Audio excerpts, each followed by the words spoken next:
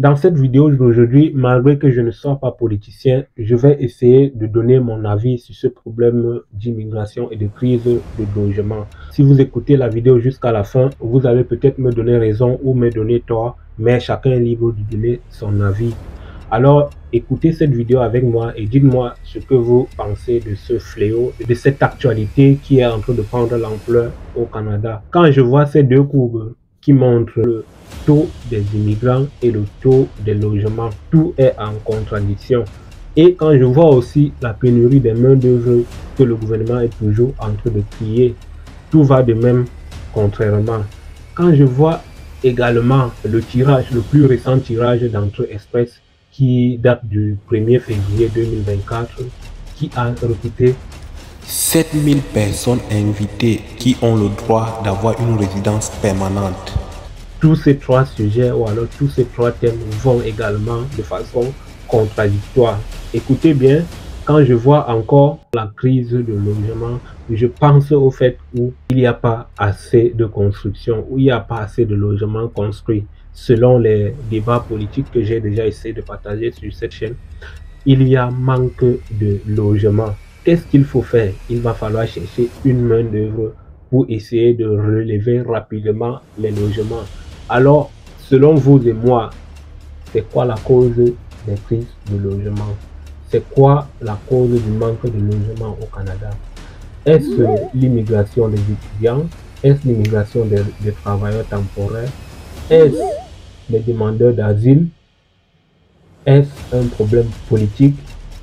Je vous laisse donner votre avis en commentaire, mais quant à moi, je vais directement vous donner mon avis sur ce sujet.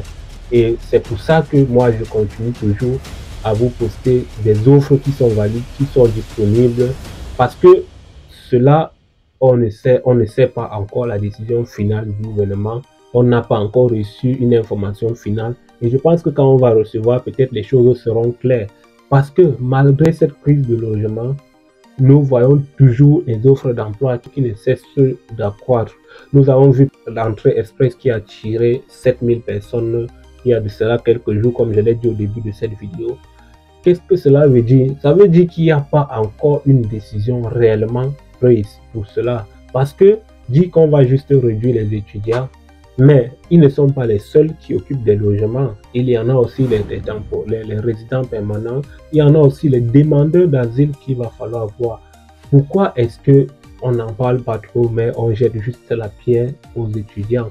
Selon moi, c'est un problème qui tire plusieurs causes dans plusieurs sources différentes. Il va falloir que le gouvernement s'organise ou alors que le système d'immigration soit organisé de façon à ce que tout soit planifié, tout puisse avoir un plafond pour dire que cette année, si on a besoin de 1000 personnes au Canada, voilà comment on devrait repartir ça. On doit avoir tel nombre d'étudiants parce que les universités d'ailleurs ont besoin des étudiants pour qu'ils puissent continuer à faire fonctionner l'économie du pays également. Et si on a besoin d'une main d'œuvre, on va dire on peut octroyer tel nombre ou alors telle quantité de personnes pour des visas de travailleurs temporaires pour cette période. Également, si on a besoin des résidents permanents, on peut fixer un taux. La demande d'asile étant un problème qui n'a pas de, je vais dire, qui n'a pas de simple cuisseur ou bien qui ne se projette pas, on peut dire, quel qu'en soit le problème, voilà le taux qu'on ne devrait pas atteindre pour telle période. Et je pense que cela pourra résoudre un peu les problèmes.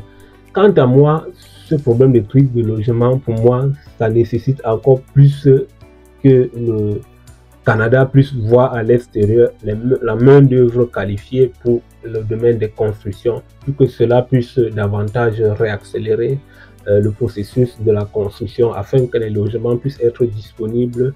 Parce que moi, réellement, pour le dire vrai, s'il y avait vraiment crise de logement fatale, ils devraient tout stopper, tout d'un coup. Ils devraient tout stopper, même Entrée Express qui ne fait que continuer à sélectionner des candidats ne devrait plus fonctionner.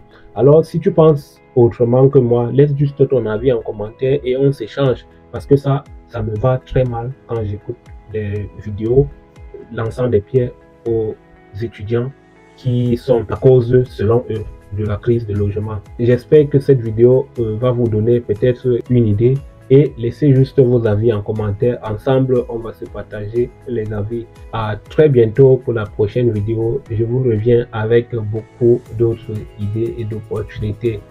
Portez-vous en santé et surtout, big up.